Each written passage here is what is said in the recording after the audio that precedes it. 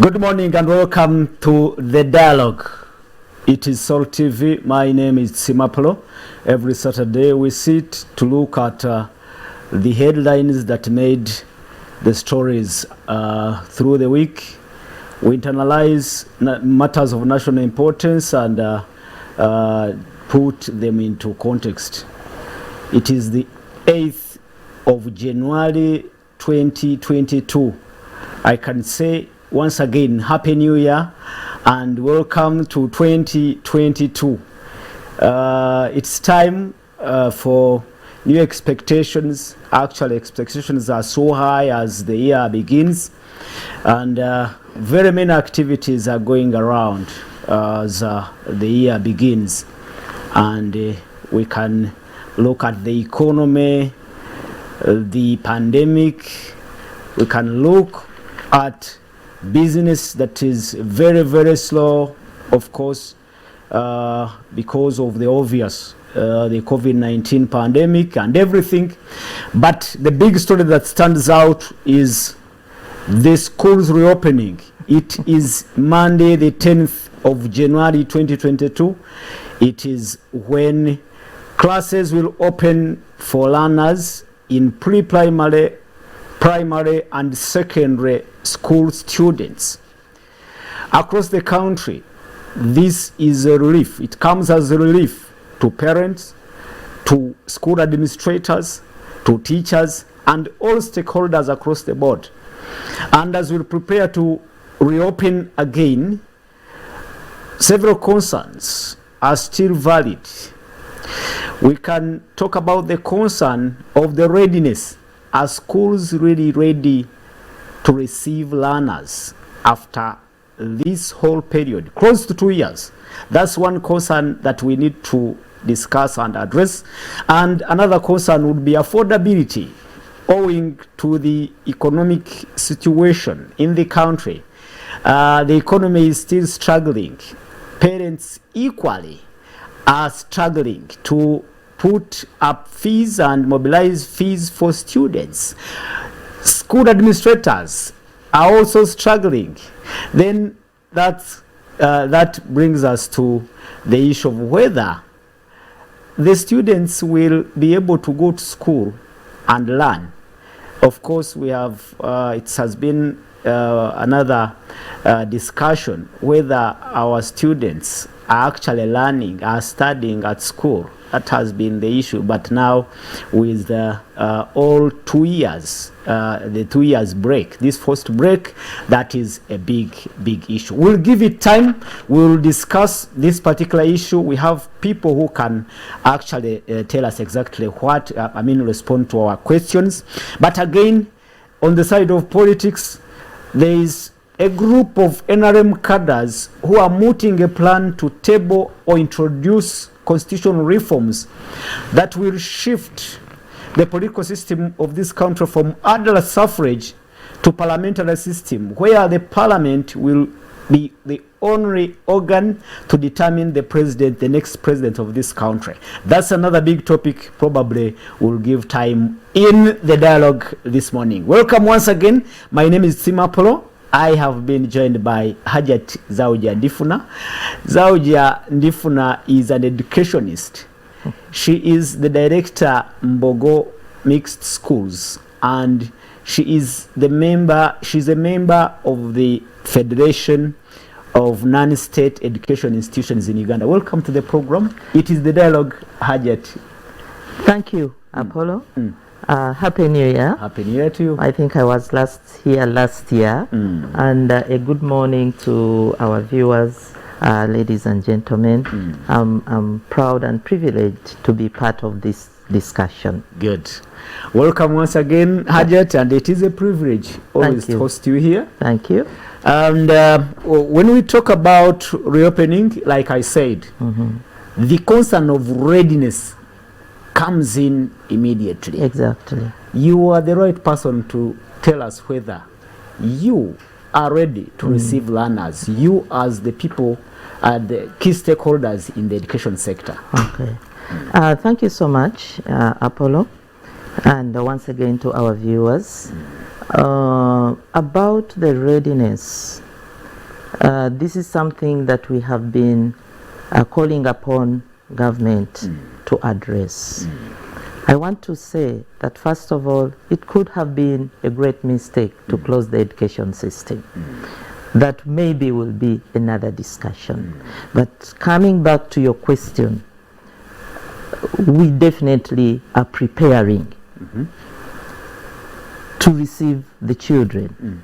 Some are actually reporting in school over this weekend, so that in class they will, as you have rightly mentioned, on Monday they will be in class. So we are preparing.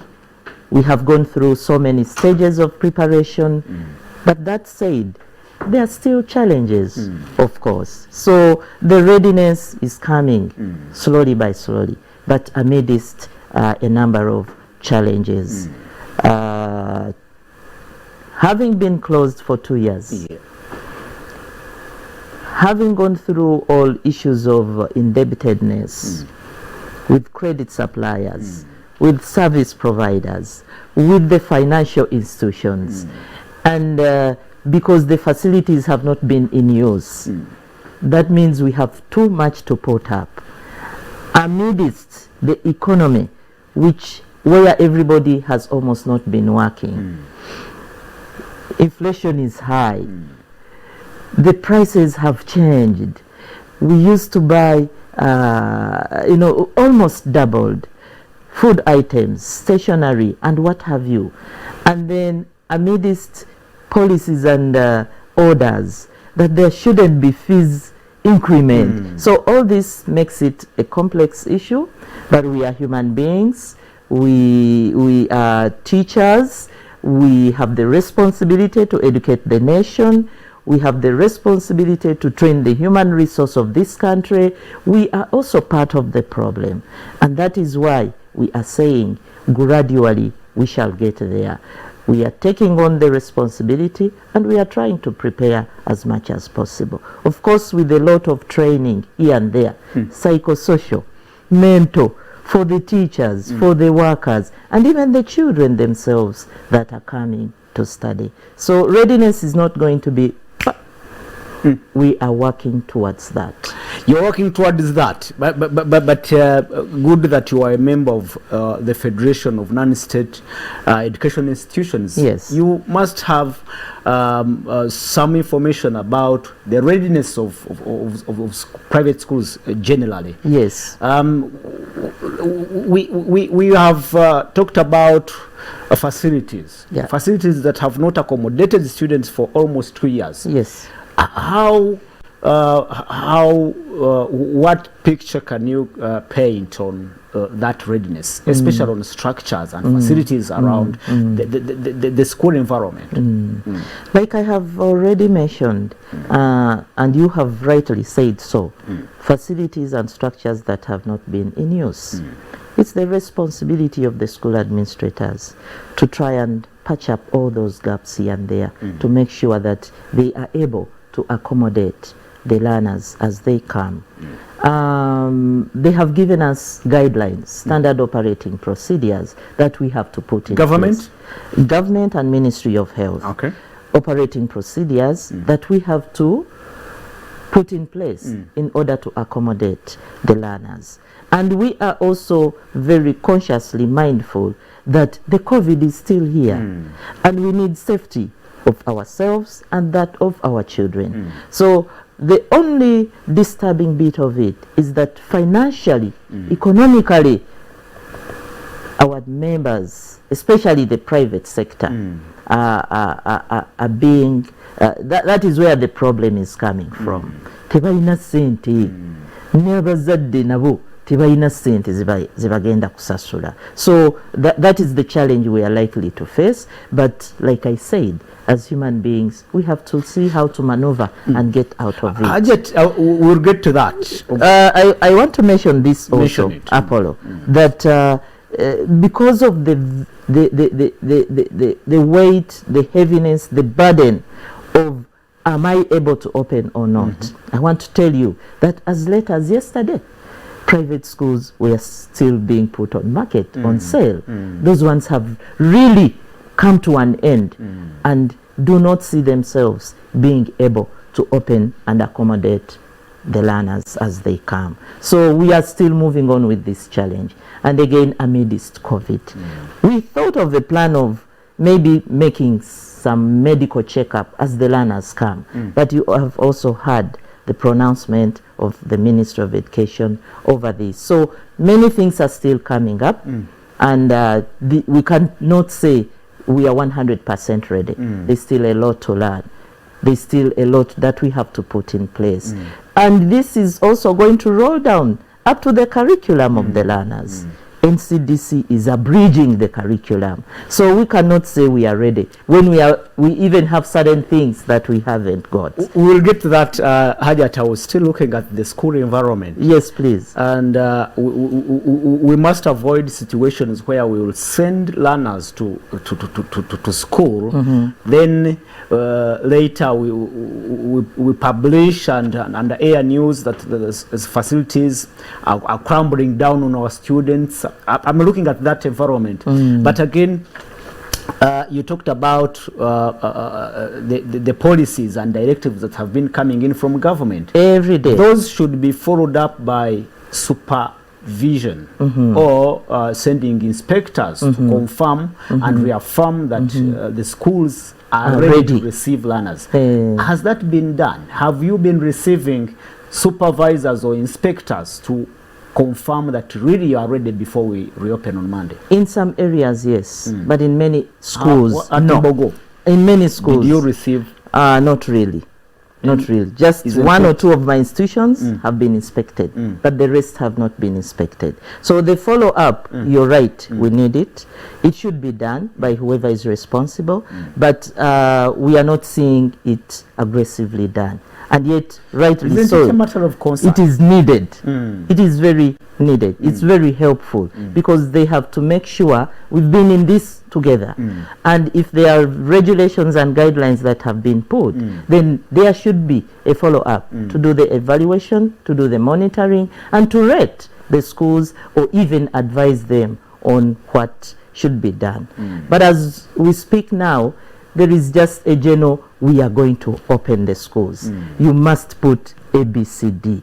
You must have this kind of training. So we need things to happen. So readiness, exactly, it also points to the fact that our supervisors equally ready, much as they are telling us to do the school opening. All right, it is the dialogue, and we have Hajat Zauja Ndifuna. She is the director Mbogo Mixed Schools, and she is a member of the Federation of Non-State Education Institutions in Uganda, looking at the preparedness of schools as we prepare to reopen the sector come Monday, the 10th of January. We'll go for a short break. When we return, we go straight to not readiness, but the affordability. I mean, considering the state of the economy after the students have been out of class for more or close to 2 years, you imagine that parents will be struggling to take students back to school. But again, looks like school administrators are not really considerate, because we've heard even from the ministry issuing directives that they should not raise fees, they should not hike fees, when actually it has been happening. And that's another very, very important issue to address, because it's one thing opening and it is a different thing having children in class. We go for a break. We'll return shortly. It is the dialogue.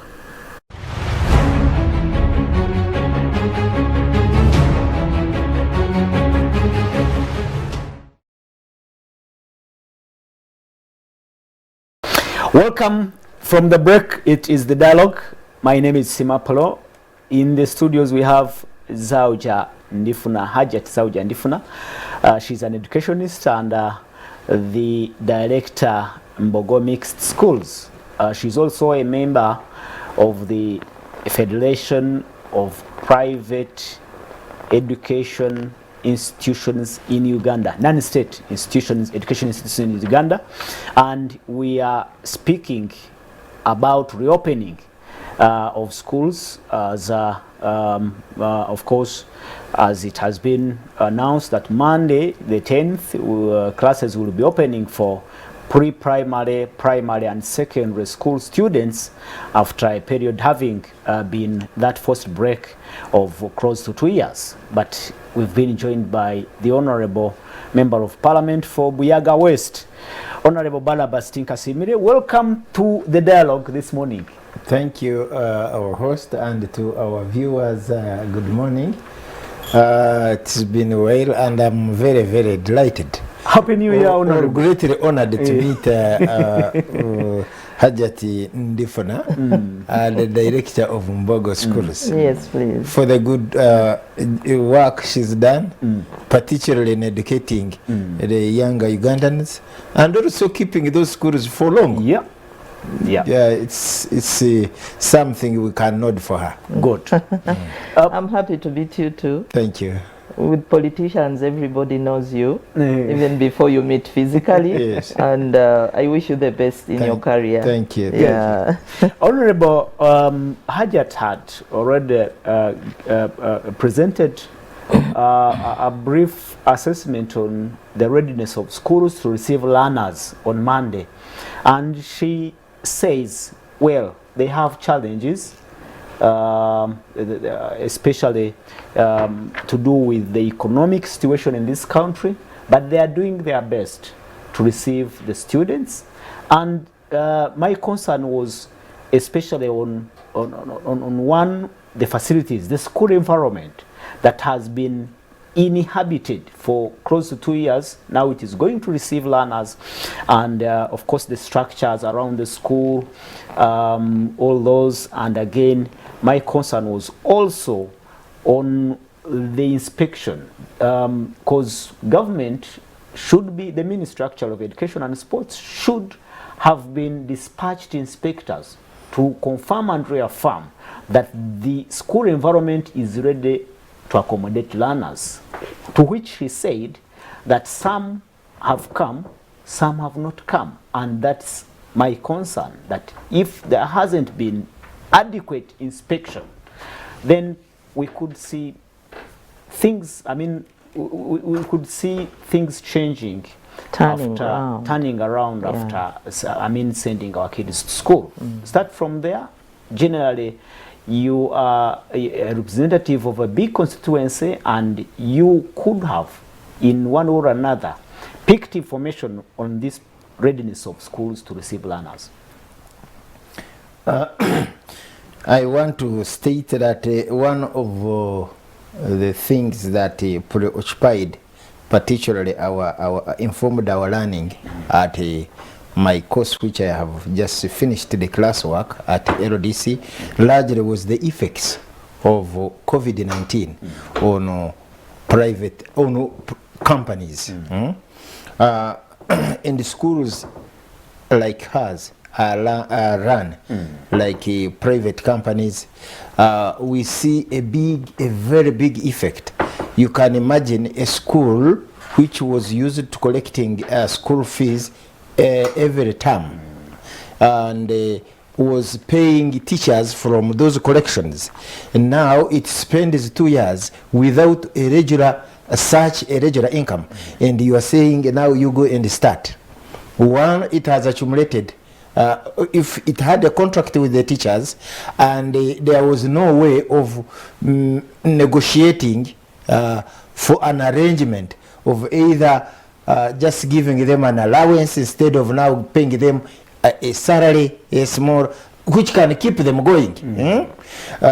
You will realize that if such teachers choose to enforce they opt to enforce their contracts, a contract of 2 years, when the other person is not earning any money to actually honor your contract. It becomes a very big rift that we are going to see an exodus of teachers leaving school. And we are going to see a lot of litigation around these areas. Some teachers saying we are not coming back, but we are taking you to school. We are, to court. We are seeing directors so much stressed, getting diseases we cannot explain. Because if you are going to think, the children have returned to school. The teachers are saying pay us the arrears. You don't have the areas. You don't have the areas. The children want to feed. The small money you have collected, I am presuming the parents will pay. Because this COVID, the effects you are seeing, they have greatly also affected the parents. The children most likely are going to return to school with half tuition. And because the school has to carry on, the directors are going to accept this half pay. Running the schools is going to be extremely difficult. People who have to pray, like the churches, the mosques, they have to pray for people owning private schools. And it is we may say government is okay. When you talk about particularly, you're talking about government-aided schools. When you talk about the environment of the school, the private schools have not been greatly affected, even when the directors have been minding, like taking somebody to sweep, clean, but government schools, I think they had it from the time they closed the schools. The bushes have even grown. The bushes have grown in our village. Those days when I was growing up, the bush would grow, and there are these rat-like animals. They would go. Rodents. The rodents would roam. There is some kind of, it is edible rat. Okay. The edible rats now are in those in the compound because it is so bushy. And the infrastructure in terms of, because if you don't sweep the class and the dust goes into those classrooms, even when they are cemented, the cement is greatly affected by dust. By dust. The desks, they are not the same anymore. Even the blackboards, I am telling you, it's God will only save us. God will only save us. Issues to do with inspections, even if they inspect, some inspectors also fear moving because some of them are old. They say, if I move and I meet COVID, what will I do? Oh, yes, there are those challenges. What will I do? So they move with care. Every step they are taking, they are very careful about their health. About their health. And also, government looked not to be prepared to open the schools. After 2 years? Yeah, because all along they have like, even when we were beginning this year, the last speech of the president, people were saying, the man is going to add us. Because they were not expecting it. So this largely affected the preparedness. This they should have announced and continued the same message. Come what may, we are going to fight with this COVID. The children have to go to school. And then the issue of learners. The learners, we are sending our children to school. We have to pray for the teachers. How are you going to manage a child who has been on a laptop? TV, those in Kampala, I'm talking about those in Kampala. Now to switch from that line of learning, who have been online, to start communicating with the teacher on a blackboard. It's going to be very difficult for them to adjust. Those ones in the village, for them they abandon the books. I fees for the children in some secondary schools, and sometimes I have time to interact with them both on phone and physically when I go to the village, because they come to see me. They told me, for us, from the time we closed, these things you hear online, we did not have such a program from school. So you can imagine a child taking 2 years who was either in senior 3, senior 2, without interacting with a teacher or having a mechanism of having a child try to at least do revision. You tell me how that child is going to adjust quickly. Others have since become drunkards. Other than mothers. Mothers and fathers. That has been the biggest challenge, the biggest challenge school-going children have faced. A lot of defilement cases, both reported and resolved, and now they are the ones now. The children have to go to school. He has a child at home and is in class.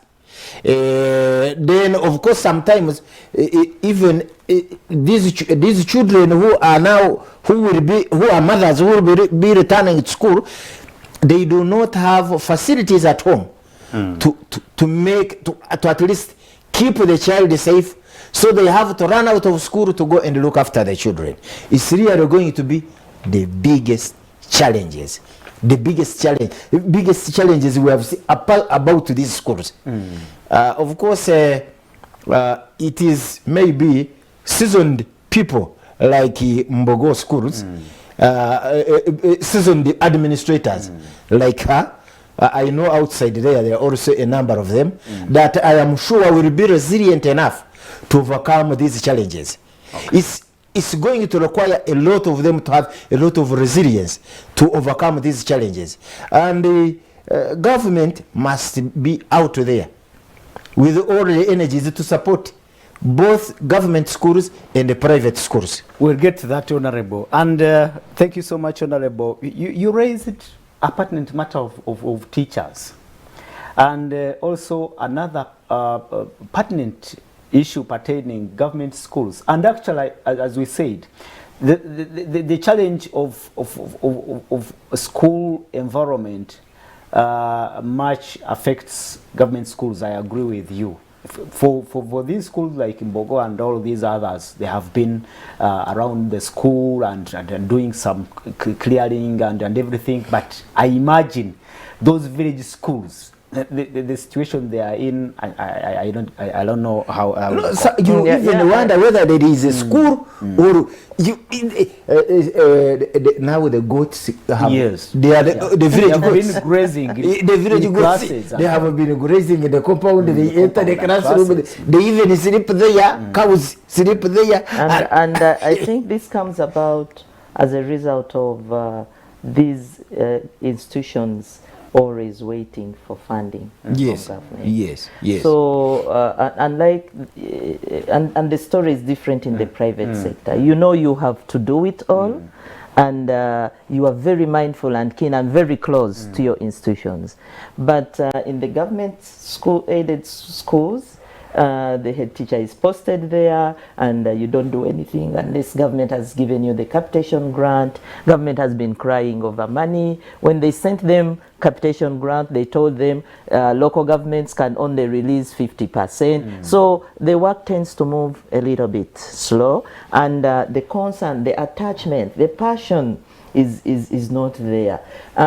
Usually these head teachers or school administrators who are posted there, it so happens that some of them do not stay even within the area. So when you are sent out of school, schools have closed for 2 years, they go back to their homes. And I think that is why government is feeling it necessary and very, very important to give us some support. By the way, we are still waiting for that support that is coming, because we have been promised 100,000 for every teacher working in a private school, primary and secondary. I hope that one is so coming. It should come. Yeah, no, really. we are It going should to come. push for it as It your should come. legislators. But the link that we were given is not taking us to that stage where we have to do the submission. The Prime Minister has to move faster. Exactly. And make sure that what she promised or what the government has promised to private schools. It should come. It should and be in able to come. time so that it is really meaningful. Yes. But Honorable has also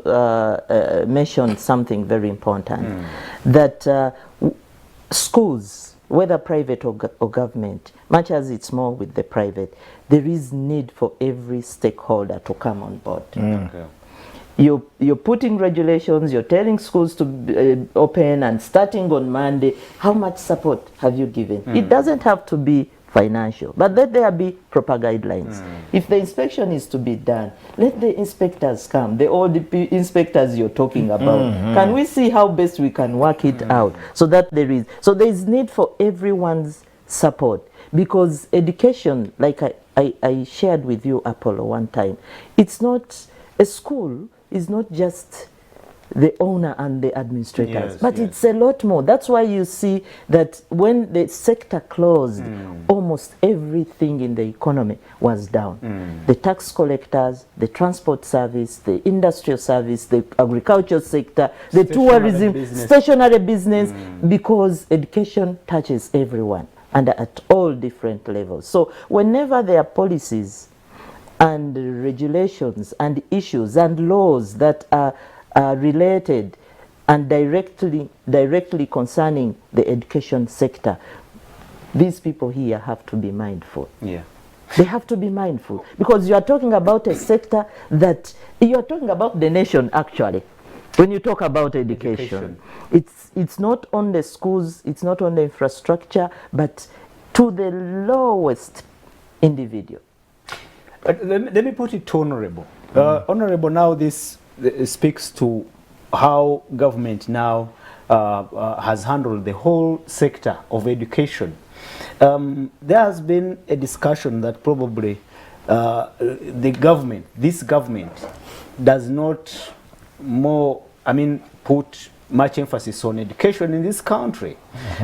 She talked about, she raised the issue of the capitation grant. That's more money that is sent to schools, government-aided schools, and that's all it can do, maybe, and paying salaries for teachers, building a few blocks of classroom blocks on those schools, and it stops there. But deep down in the policy, the streamlining the policy, the education policy, there are very many challenges. There are very, very many challenges. Like one, I want to pick your opinion on how we have handled the education system in this country, the education sector in this country. First of all, I want to confess, I have gone through an education system that if you are not a child who is self-driven, you will get out the way you entered, and you will become useless in the village. We expected the education system to have an effect of a change on transformation on the learner. Little by little, we are seeing this fizzle out in this country. Save for you are talking about the issue of policy. The issue of policy, I think we have, ordinarily we have a good policy towards education. But because it blends both government and private. But the implementation of this policy, the commitment, she made a very good point when she referred to the head teachers who are appointed and they have to come and wait for capitation grant. Madam Hajat something that I even want to tell you, even when they receive the capitation grant, theirs is to do accountability. Whether it has done anything, something at school or nothing, theirs is to submit accountability. There are things at school which do not require even a capitation grant. Exactly. Like sweeping the school compound. Yeah. I visited one of the health centers in some constituency somewhere. We were a committee of parliament. It is next to my place. We reached the health center, some grass on a new health center. You know, there is grass which climb, Anyway, it finds some soil, it will grow. Moisture. And moisture, it will grow. It was growing. Really? I called the doctor. I said, doctor, what are you trying to we have not received the money. That is how they call it for running the health center. I told him, I actually pulled his hand. I went with him. I said, doctor, does this the other grass, if it was on your house, would you wait for money for money to remove from it? government Or funds? would you employ somebody to even remove that? You would remove it yourself. This is where you work from. This is your job. So it goes back to commitment. Commitment, Passion. the type of people they are recruiting, but also when you recruit even people ready to work, and in the ministry of education is where there is a salary. Every money that here you are sending us 100,000, you are disappearing with billions of money. With billions of money. These people down there, they will look at you and say, hey, is this how you conduct affairs? Okay, we will teach you a lesson. The small money that you drop for them, they pocket it. It's stolen. That's how the education system has died.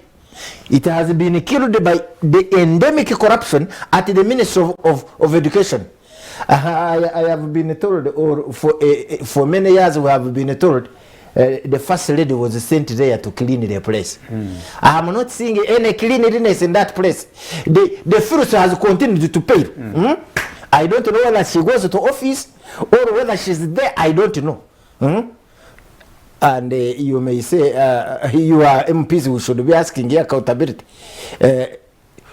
She prefers to call us to Kororo to address us like her husband from Kororo. God forbid, she's a minister. You refuse it. You people refuse to go. No, the speaker had said we go, and he had commanded us to go. It is only the leader of opposition who stood up and said, no, we are not ready to do this. She's a minister of education. She should come. And I think in a more spacious and safe the environment, Ministry of Education that was her intention. needs to be accountable. Accountable. We have pumped in a lot of money. Because if you look at the budget from the time the first lady became the minister, the budget, the education sector, it is increased. In the number 4. Yes, it is always there. I even don't know now. But it's also an important sustainable development goal. It comes at level 4 still. Yes, and I think it's the rationale of having funding. I think we need to have serious national interest in running that ministry. Honorable. Because if we have other interests in running the ministry, we play a lot of politics in it. I am sure we will just wreck the boat. Honorable Barnabas. What is saving us? I want to state. State it.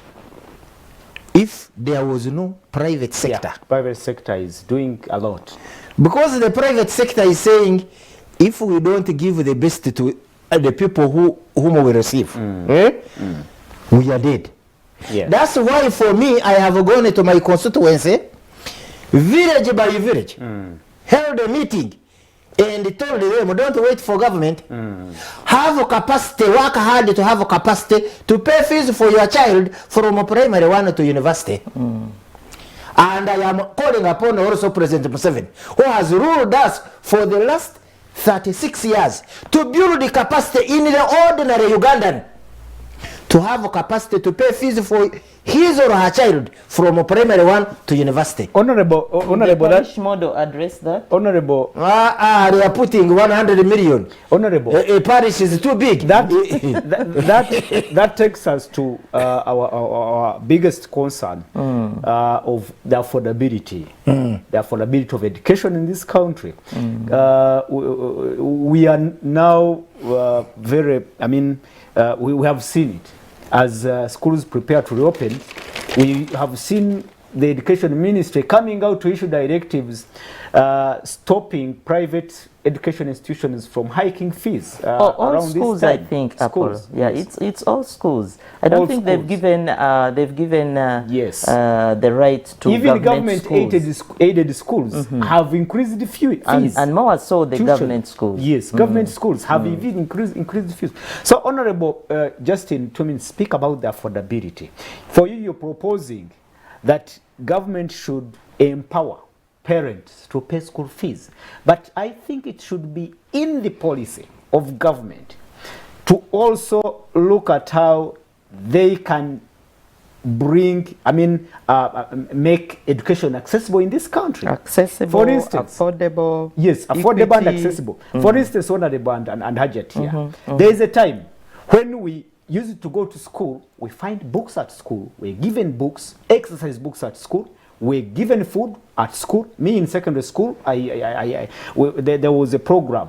We would get fish, tinned chicken, deep in the village, I remember. No, you also go to books, free books. So when we No, joined the university, written, not for sale. I don't know when Honorable. But was at Honorable, go university, back but this time. We used to even get what we call Yes. boom. Yes, yeah. Go back to those schools today, Honorable. Are these things there? No. Are they receiving exercise books at school?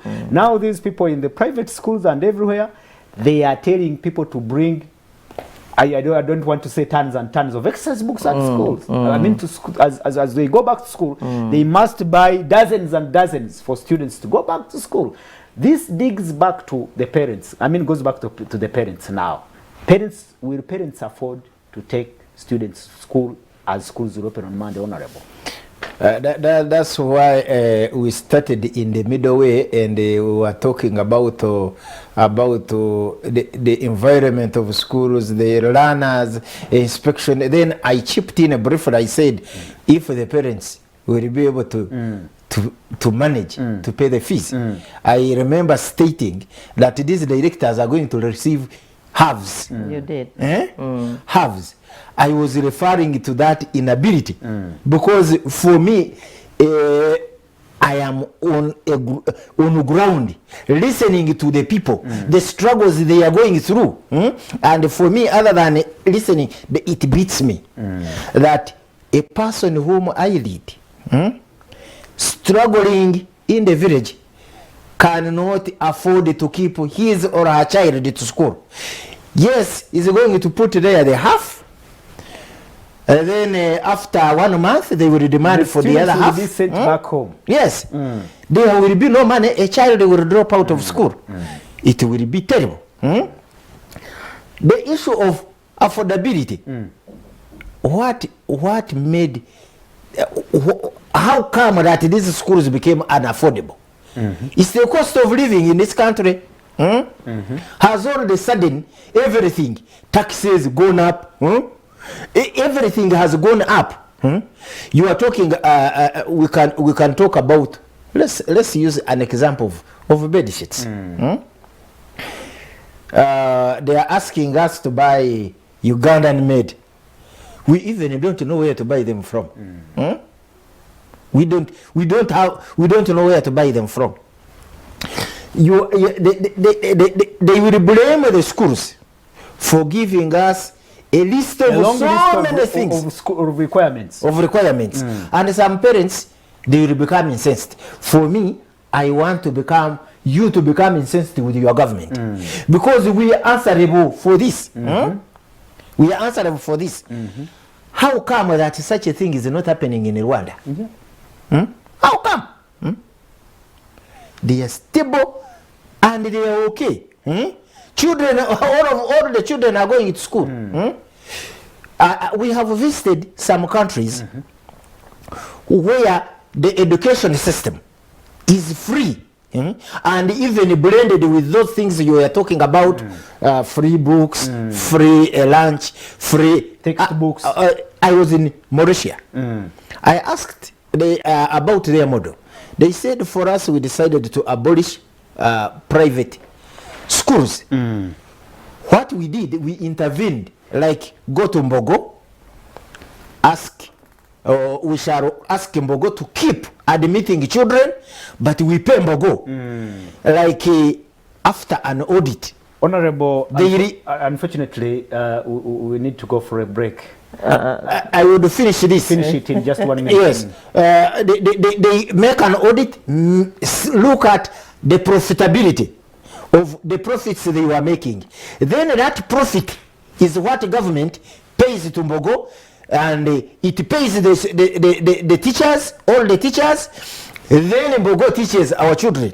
And I am sure it's some form of a partnership between government and private sector players. Which is not the case here. Which is not the case. Let's start from there when we come back from the break.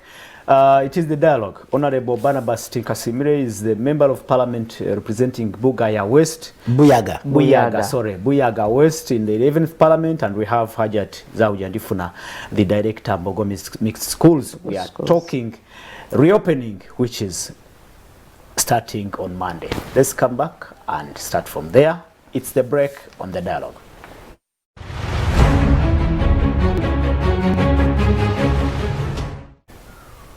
Welcome from the break. It is the dialogue.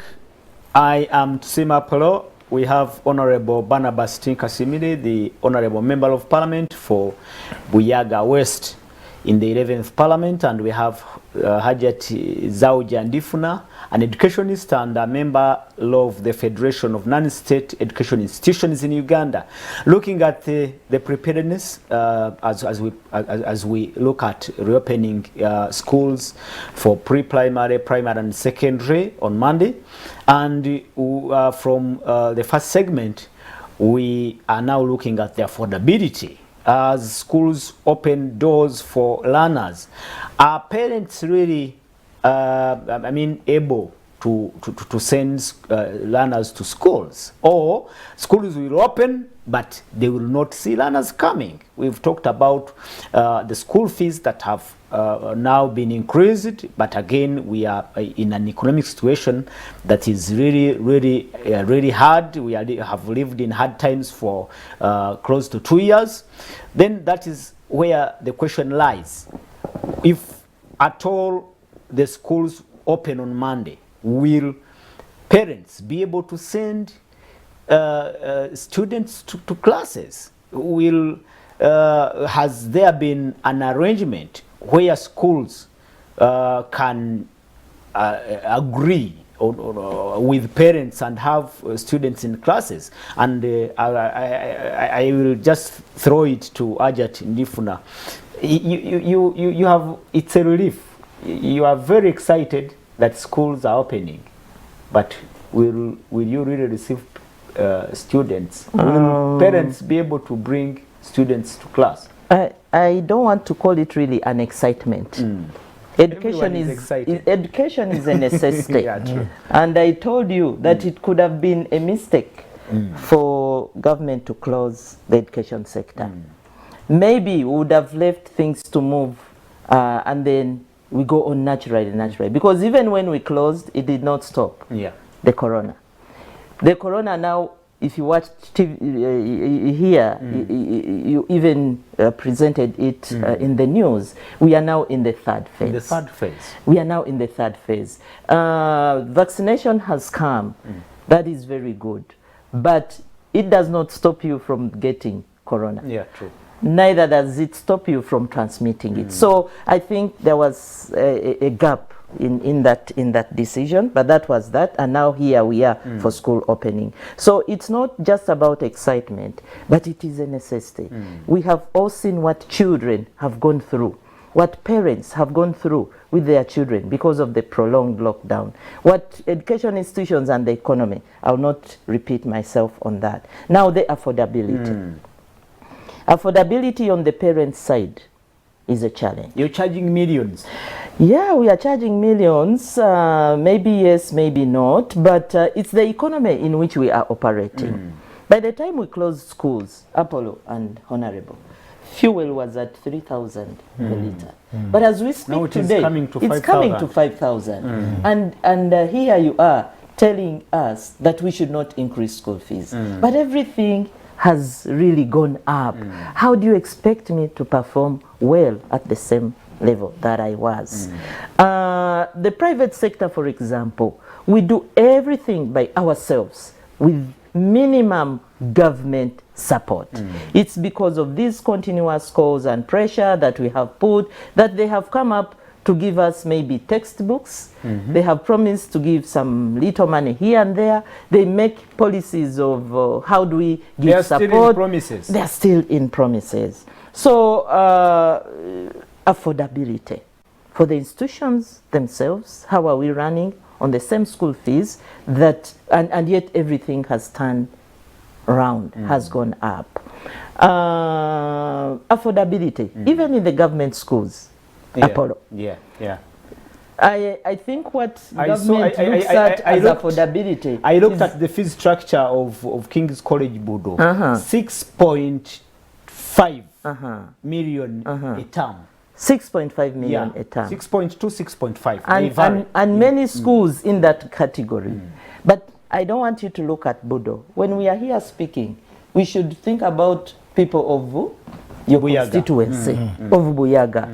Government is giving, I think, 17,000 to the primary schools as a grant for children to be in school for 10 weeks. Term. For 14 weeks now. For 14 weeks. So the head teacher has to do everything using that money. 17,000. 70. When you get to the secondary level, I think it's 49,000. You are feeding a big child. You're feeding, the child has to read. You need the services, amenities for the institution, and that is all that you have to use. So government says, if the objective and intention is to support and give very good education, accessible, quality education to the learners, then this policy has to go back and revisit. Is the amount we are giving these people really sufficient? If we want children to access education, okay? People wouldn't actually, I don't want to say it's not, but people wouldn't actually be running to the private schools. But even the services there are not matching and attractive to the population. So what do? They resort to go. So even in the government schools where USE and UPE is, the quality is compromised. Attendance of teachers are not well paid. We are being promised too much money for the science teachers. But will government afford? Will government fulfill? Then what issue comes in later? So people are discouraged. So affordability. Do you expect for the parents to see learners coming to school on Monday? Have you had an arrangement to strike an agreement between you and parents so that they can afford to bring students to school? I want to assure you that in the private sector, there is very good relationship between the parents and the school administrators. That one is there. We listen to one another. But if Budo is saying it wants 6 million shillings, 6.2, I don't think there is a lot of room for negotiations there. This private sector, out of my experience, is a sector which really works closely with its stakeholders. So there is room for negotiation. We know and we are aware. And they have already started coming in, asking for bursaries, asking for, half payment, asking for postponement of payment. But because we know we are there to serve, these are our customers, we need to educate the children. That relationship is really there. Okay. Thank you so much, Hajat, and the honorable affordability. Will parents manage these millions that are being charged? I have told you I have held meetings at village level. I normally ask a question. In this village, how many households are in this village? In my constituency, on average, each household, I mean each village, has around 200 households. I ask a question. How many children do you think are on average in each household? 5, 7. 5, 7. I ask them a question. How many households in this village have capacity to pay fees for their children from primary 1 to university? They look at me like this with open eyes. We start counting. I tell them, you count, you know yourselves. Out of the 200, I want to tell you, I have 384 villages in my constituency. There is no village where I went and received a number that is above 10. 10 households Who can afford? who have a capacity to pay fees for their children from primary 1 to university. It is not there. 90%. There is no way I got such a number. In other words, all of them are less than 10%. So this is what Hajat is receiving. She will receive the fees in bits. The parents will go to circles to pick money, banks to borrow money. Another burden. Another big burden. Then the banks will start running after them.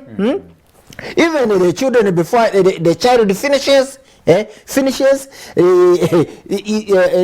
parent is already locked in cells because of debts. And this crisis is going on the ground, and the government is keeping a deaf ear. But honorable, leave alone the issue of Buyaga. Look across. No. I am using it as an example. It is a case And let me tell you, it is even worse in other places. Exactly. Because in my place, I am seeing production going up. People have gardens of matoke, of coffee. They can collect some money. Look across the country. Look across the board, honorable and Adajat. Yes.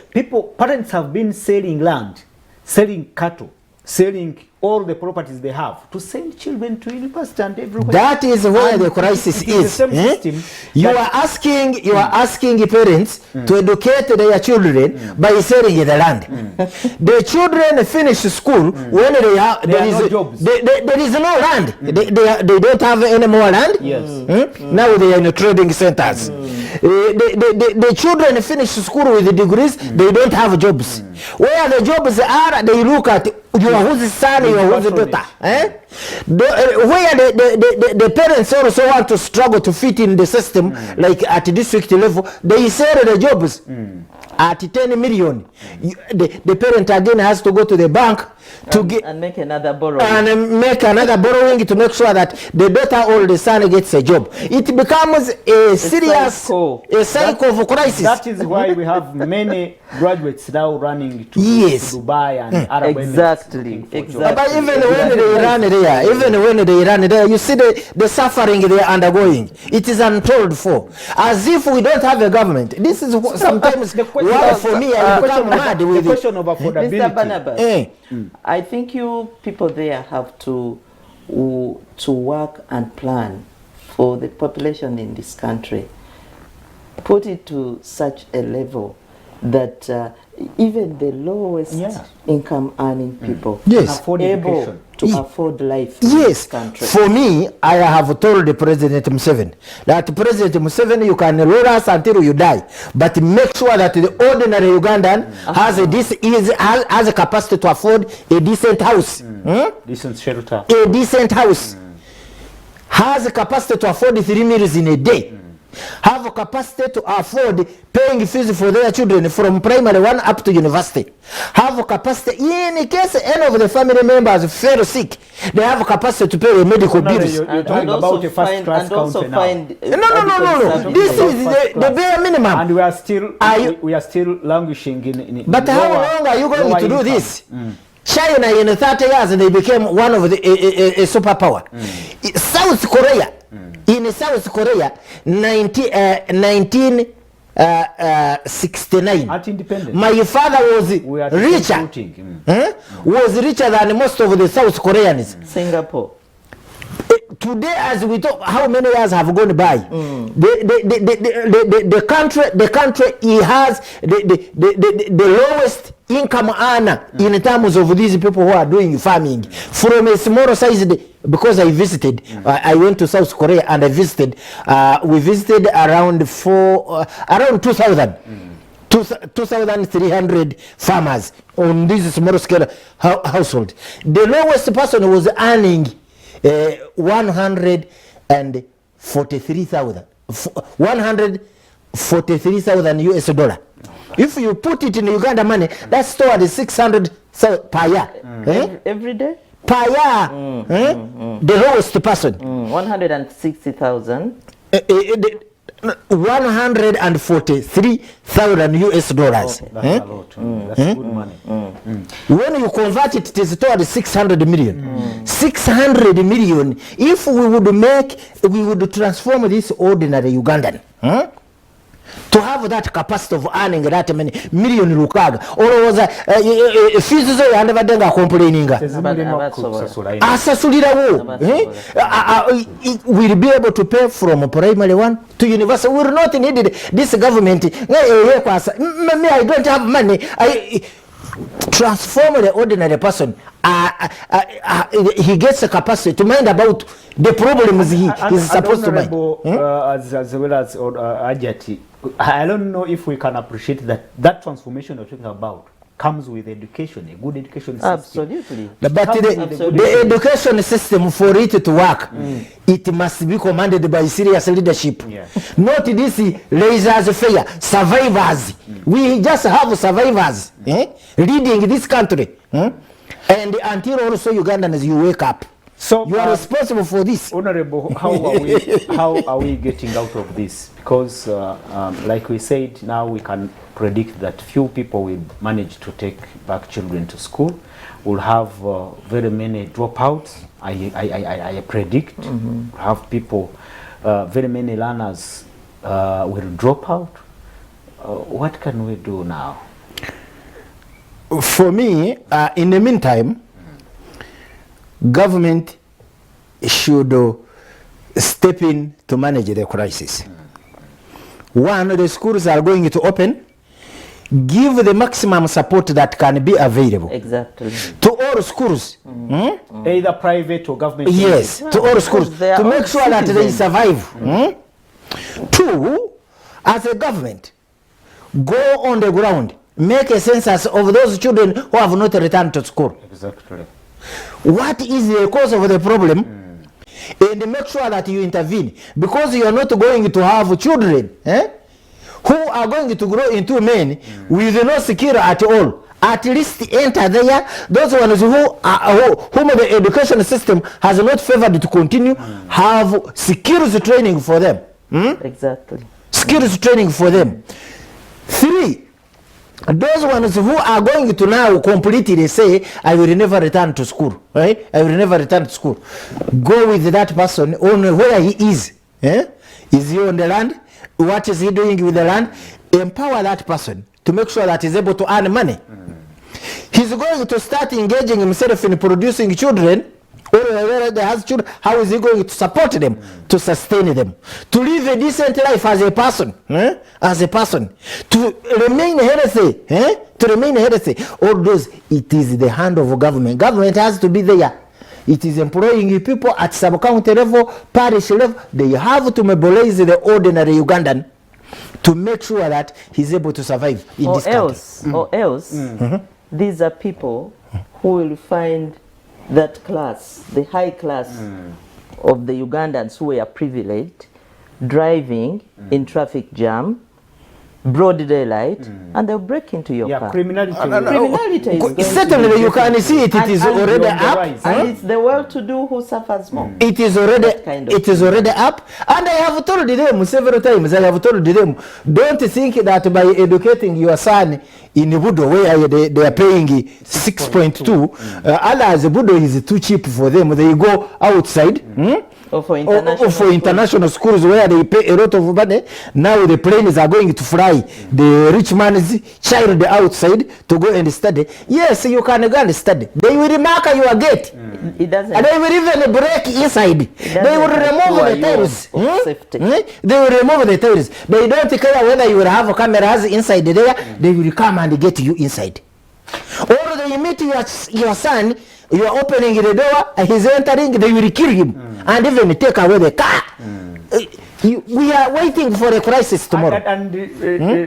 Gentlemen and the lady, it has been happening. Even countries like South Africa, which have high crime rates. Yes. It is the same thing. Yes. It is as a consequence of those inequalities that were not catered for before. Earlier. And now it is brewing and brewing and brewing, and you that's what happened. You can't be in the streets assured of South safety. Africa. You can't be assured People were of... breaking into shops of rich people. People are bitter. You get it? Yes, You create a yes. citizenry that is bitter. Yes. Yes.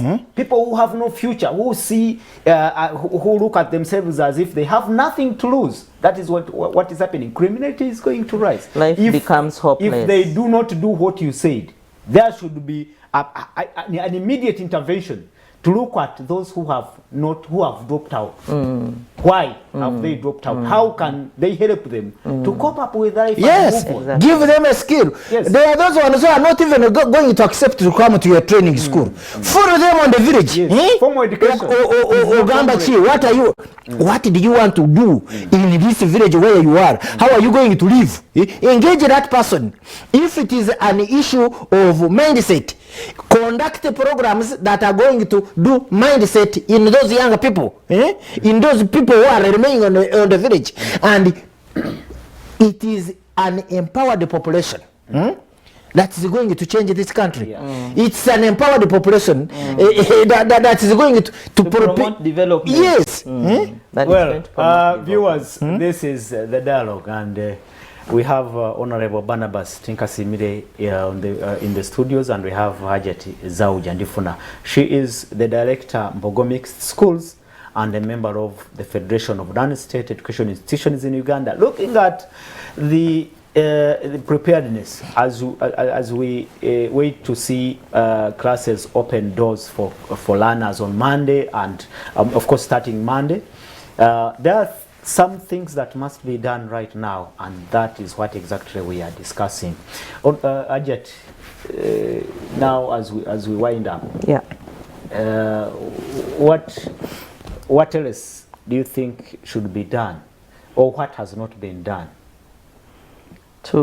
as we prepare for reopening on Monday? We are still calling upon government to calm down,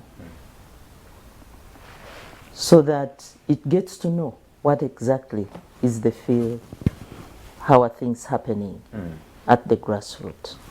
And I think we have enough structures in the governance of this country to be able to achieve that. We have our RDCs, we have DSOs. Exactly, we have education officers, we have local leaders, we should get down to these people. You know, what I'm going through in Kampala is not what my friend in Kotido or Nakapilipiti is going through. There are those areas that are actually more disadvantaged. But whose responsibility is it? I think it's the leaders to make sure that they step up onto the how much they are looking into the affairs of these people. We should have all stakeholders come on board. In the school setting, we have accepted that we are going to open, and we are really working towards that. But there is it's not about opening and that's that. Like we have said, continuous supervision. Honorable raised an issue, yes, please, of how you will handle these students who have been used.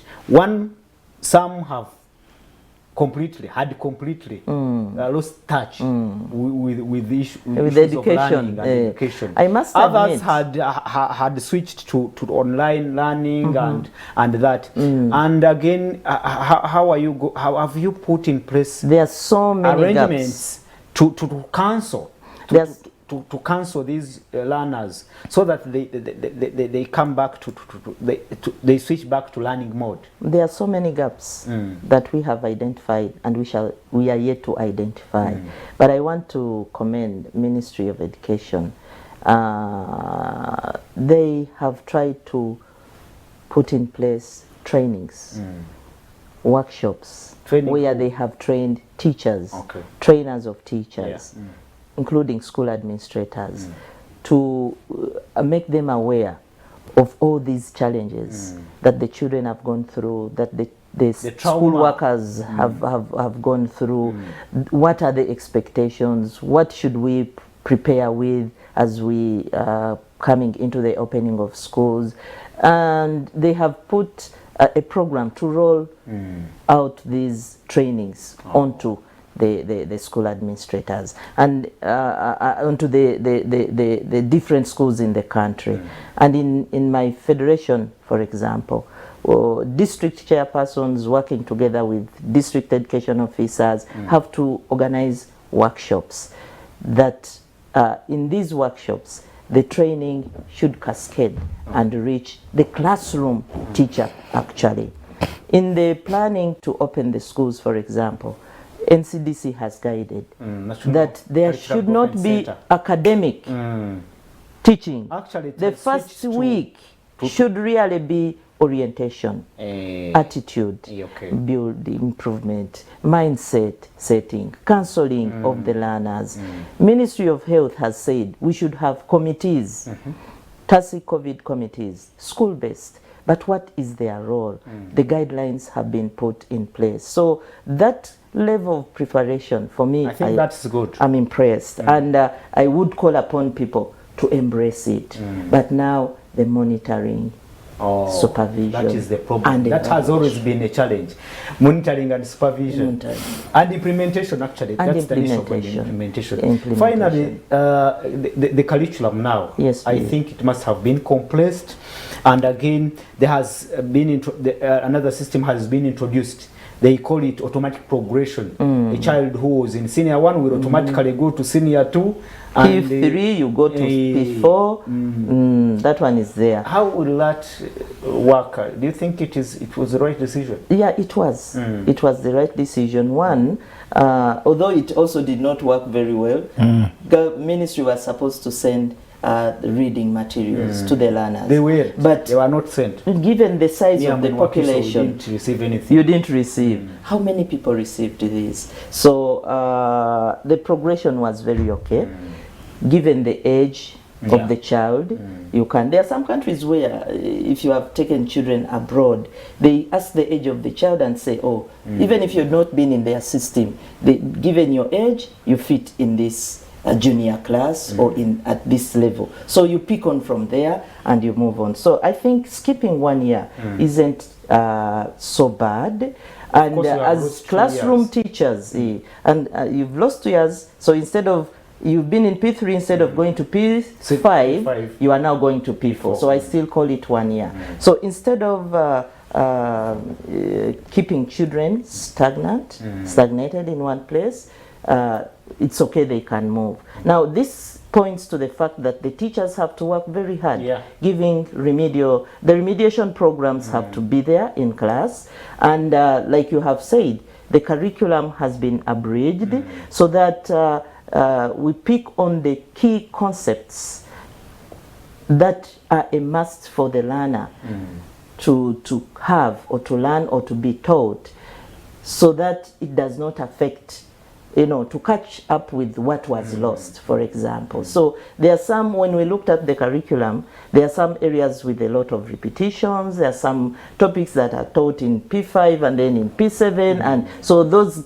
gaps have been addressed, and therefore the learners, yes, they have lost, but they will be able to catch up. I think that is so good it points to a lot of, the teachers in the classrooms have to do a lot of work, a lot of reading, a lot of understanding of the children. So that's why it was good that they themselves first get prepared mentally, psychosocially, given support, and the training was good. But like I said, much as government is rolling it down, again the facilitation is not there. Is required. Facilitation is required, and government is not ready. Finally, finally, there was another new new element. How I wish, Hajat, you've said something very good. Yes. About looking at a child and asking what is the age of this child. I have the biggest problem I am facing today are those children going to start school, particularly those who are running pre-primary education. You find a child with 7 years being in top class. In top class. 7 years I was in P1 and I did not study nursery, but quickly I was able to adopt. You were able to adopt. So age impacts a lot. What you are saying to me looks to be from the perspective of a person who is familiar with the education system, who is really into it, and but many are not really like you. That's where we have a biggest problem. How I wish every person in the education sector would appreciate it the way you do. Things would move faster. Would move faster. You are going to find the children with 10 years being baby class. I hope it shouldn't happen. I pray that it shouldn't happen. And now they are also giving them interviews. Yes, yes. They are giving them interviews. I have children. I have children. They sent my wife an interview for one of our children who is going to P1. We looked at the thing. The thing is too hard for the child. Not been in school. He has not been in school. He has not been in school. And now we are saying, what are we going to do? Do we say this boy should go to middle class, top class? What? The boy is becoming big. 6 years plus. No, I think it's the responsibility of the teachers. Actually, it will be another challenge. Teachers should not be stagnant. It will be another challenge for teachers. They have to cope up with these new trends. It will be a challenge for teachers and school administrators. Having bearded guys walking around the classrooms in P7 and P6 and with girls with pregnant, big breasts. Because now my son who is going to P6, he's my height. Yes. He has become too big. But we are also thinking. That's why you're teachers. We are also thinking. Let's listen to the technical person. I don't want to look at growth negatively. Growing is positive. You know, we have even had people of 56 years in P7 going back to do that education and catch up and pull up. You have seen them. They use with all due respect, Honorable Salim Saleh learned lately. He went to S4 and sat. So we have had those. So I don't want to look at growth as something negative. And it's actually the training that we want the teachers to go through. Growth is normal, growth is okay, and you are aware. We are with you. I don't want these people to close eyes. Those who were telling us to go and sell our schools because we have to pay loans. We are with you in the same country. We have to really congratulate you for refusing that negative message. We are with you in the same country. You know what we are going through, but you cannot just answer like that. So in the same way, the teachers have to change mindset. Exactly. That's what I was telling you. Growing shouldn't be looked at as something negative. If I've grown fat, akabina kalieri, teachers should be taken through that training to accommodate those egos. These things are going to happen. Of students who have grown up, grown big and huge in size, and they should be in class and listen. So how do you and be give able to them listen and support? learn? That is why Honorable is advocating that even those ones who have stayed behind, please go down there And follow them. see how much you can support It is them. important. That is also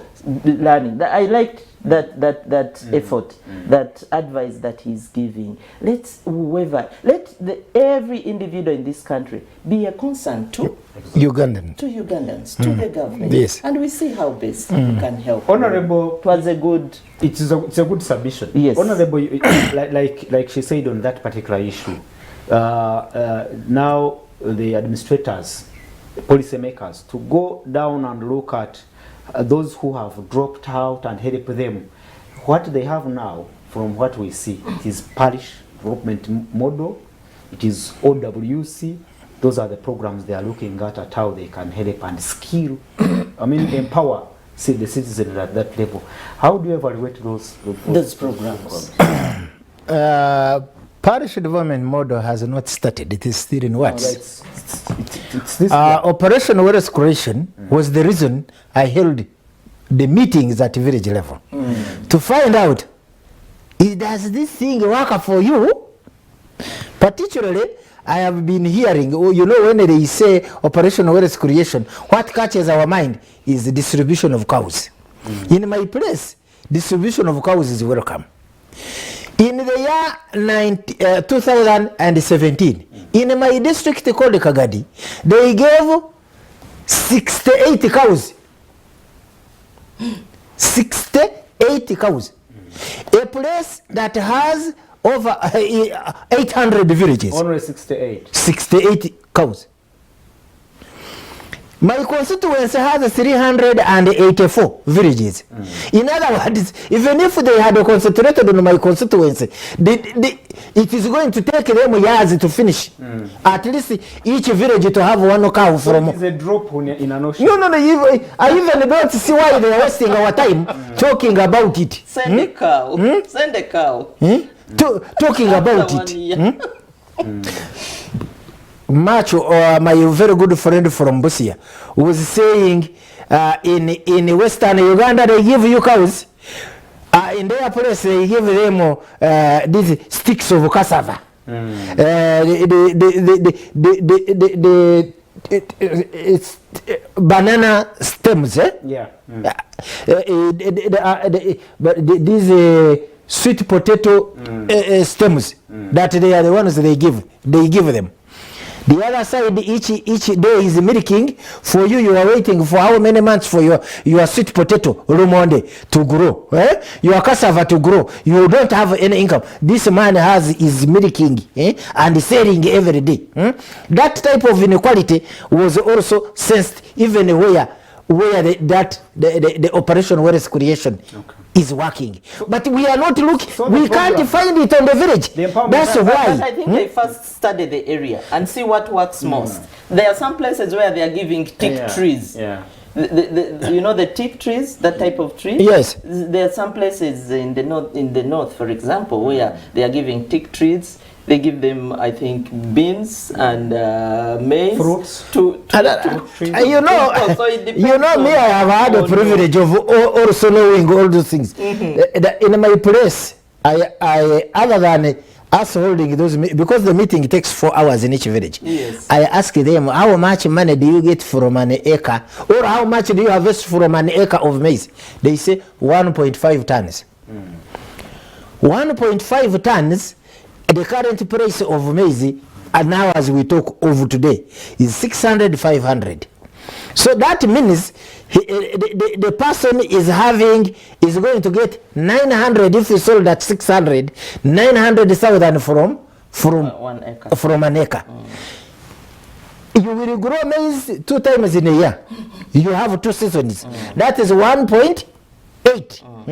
If you are growing only maize, 1.8 per annum. And that means your child will never even smell Bodo.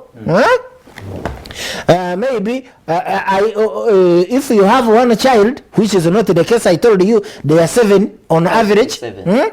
If you subdivide the fees each child can have around 100 or 200. They remain in those. They will remain in those schools in the villages. In the villages. They will never afford those good schools that we. And that is also a very lucky person. At least who will keep a child in a village school. So even now let's conclude it. Even you're saying, even the empowerment programs we have. Currently, they are not working. They are just there for politics. Until we stop politicking and we realize that the call to transform the ordinary person is a national duty on a leader voted by the people. Until we realize that, then as of now, we are wasting time. The parish model, parish development model, would work. If we choose 100 million every parish. If we choose to invest money in it, to say that you are going to put 100 as proposed, is just a joker. You are a joker. Because I have told you, my villages, on average, each village has 200 households. What about a parish now? On average, in my constituency, a parish has 10 villages. Those are 2,000 households. 2,000 households, you are going there with your 100 million, but you are going to develop them. I asked my villagers, how much do you spend on putting up a garden of 1 acre of kasoli, of maize? We calculated, because there are stages. There is plowing, there is planting, there is weeding, there is harvesting, and also controlling pests. Exactly. Controlling pests. At the end of the day, when we calculated, we discovered that at the end, the person will spend a minimum of 700,000. So the net from the 900,000 is just 200. That's when you are lucky.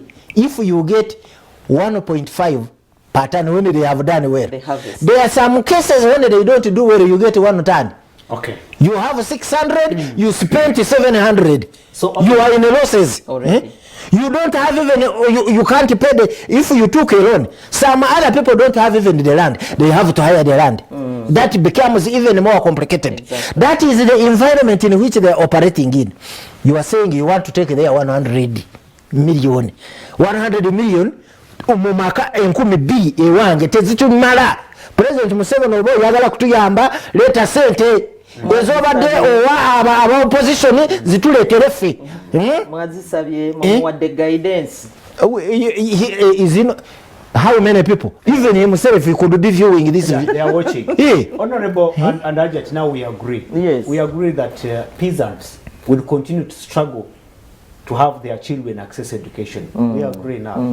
Affordability. And again, this will result into a citizenry that is now clustered into classes. People who will be able to access opportunities and big jobs, then we'll have people who will still languish in poverty. It is sad. 1 minute, talk about it. Honorable.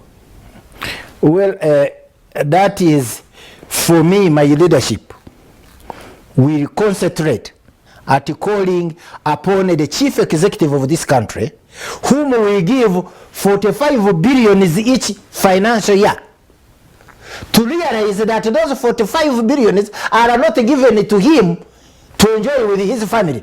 No, those 45 actually they are trillions, not billions. Trillions, they are given to you to go to this ordinary Ugandan. You're talking about the national budget. Yes, your national budget. Yes.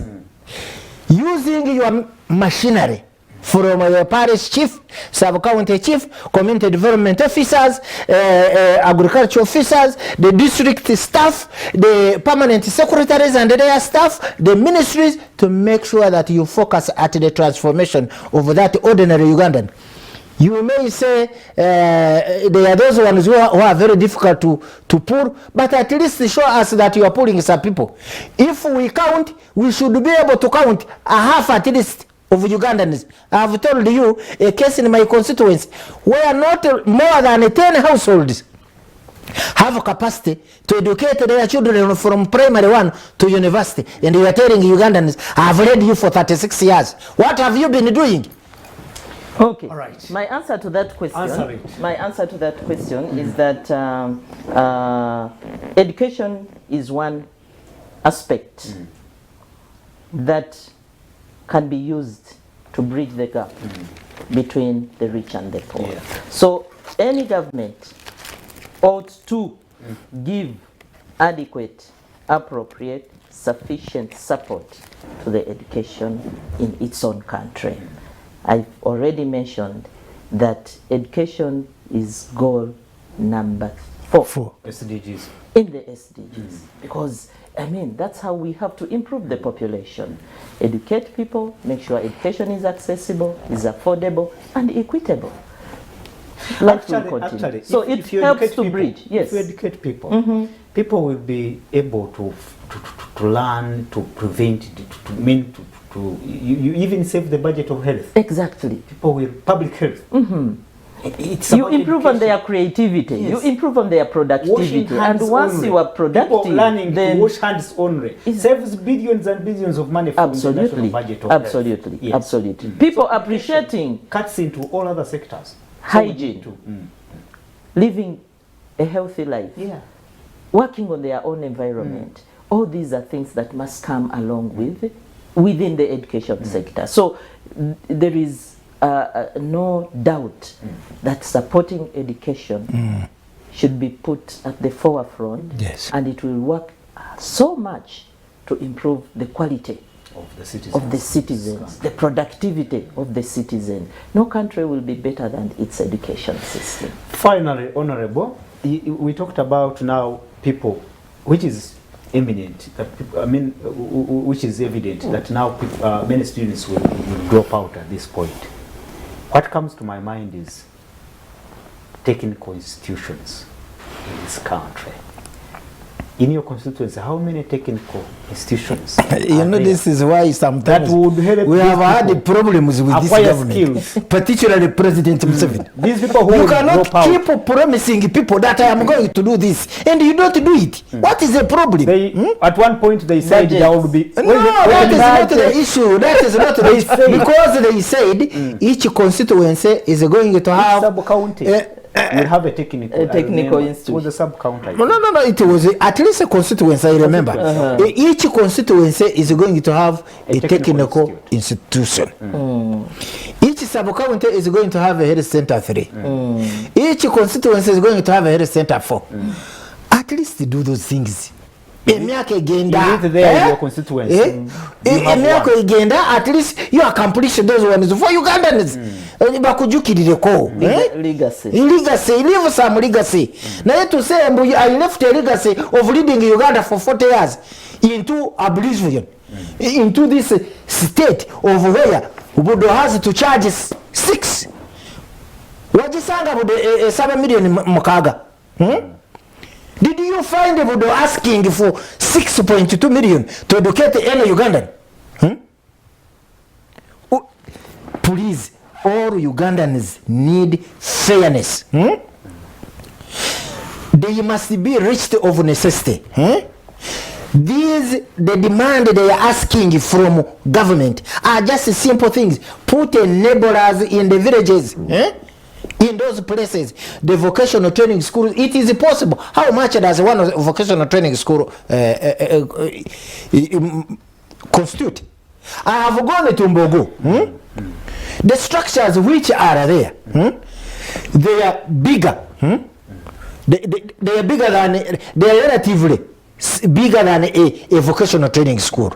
Or half of Mbogo, which is the other side, you can convert it into a vocational training school. How much money did you use to put up those structures? Anyway, government cannot tell us that it does not have $1 billion to push in every constituency or $2 billion to construct a vocational training school. So where does government get this money? No, the money is there. Okay. For you know they have told you we don't have money. But do you know how much money is lost every day? Government is constrained. does it have they money? have too much money. So we have to That's do why some borrowing. this is why you will see at the end of each quarter a permanent secretary, a commissioner in the ministry or in a ministry will go on a structure in just a week. The structure is finished. 4 stories, 5 stories. Where do you think they get the money? Because the money is there. They look at it and they say, this money we can make it disappear. And it disappears. Ajati, in one statement, Yes, please. Talk about the importance of vocational training schools around this time. Oh, it's absolutely very important. And if it's well embraced and well inculcated into the curriculum, we think even primary school children should leave P7, should leave the primary level with some skill. So I'm glad that the lower secondary curriculum was revised, and now it's emphasizing more hands-on skill development programs, at least to a small scale. It's a very, very wonderful idea. Vocational training right from the primary level. If children were productive during this long closure in which we have been, and if we were encouraging skill development before, I think we would not have had so many issues coming up with these learners because they haven't been in schools. So I would encourage, even before government comes in, the schools now should adopt the policy of having their children learning additional skills other than the chemistry, the history, and what have you. Then for those, like we have said, these people can even be mobilized at the village level. There are short programs. You know, the Directorate of Industrial Training generates short programs that can help these children to learn. And with the technical skills, many times the age does not matter. Yeah, the people who have not gone to school, who have failed to go back, even those who were not in the school system, let them not become drunkards. Yeah, let them and waste their not lives drink themselves of Sicily. In drugs and exactly. They accommodate them accommodate somewhere. And giving them the skills. Give them the skills. It will help them. I think it's something that we should really and seriously embrace in our education system. Yes. Finally, the government has been running skilling programs around the country. Do you think they have done a lot or have done anything? Because we are closing. In your closing remarks, we have only 1 minute or 2 minutes. Oh, the biggest problem still, you will hear it amplified, particularly the one she was talking about, of collecting people in the village. You train them for a short time, give them some skill that they can go and even catch up with life. They normally come during the time of campaigns. You saw it happen in Wakiso. Honorable Senin, they did it a lot. Yes, I saw it. Did it a lot. I want to accept that it has an impact. Because I have interacted with some, I have at least met people who benefited from that program, and it has prepared them. Like there is one of my constituents who happened to benefit from the program, and is doing very well. Has started the testimony there. tailoring workshop, and he is able to survive. Our time is up. Thank you. Make your final submission in just a second. To the people who speak to parents and maybe education or ministry or the largely the parents. I know the struggles you are going through, but it is your responsibility. Don't look at this boy, daughter as a burden. You are the one who brought that child into being. Struggle. If you don't have all the fees, go to the school administration and plead. Take your responsibility seriously. Don't accept complacency around you until you see your child become somebody big become somebody out, finish completing the entire education system is very critical for your child and for the transformation of this country. Thank you. Hajat, closing remarks.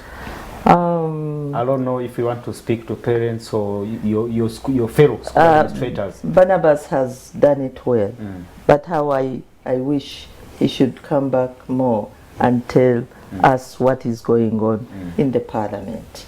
The proposals they are coming up with, we need to learn more about what is the purpose, what is the intention, which direction are we taking.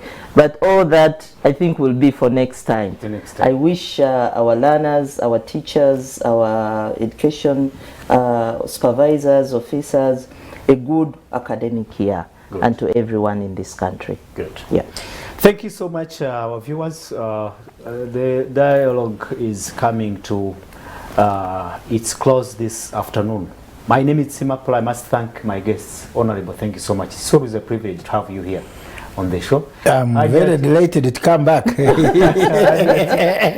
so much for your time. And our viewers, thank you so much for sticking with Soul TV. We'll be back next Saturday. My name is Simapolo. Good afternoon and happy New Year once again.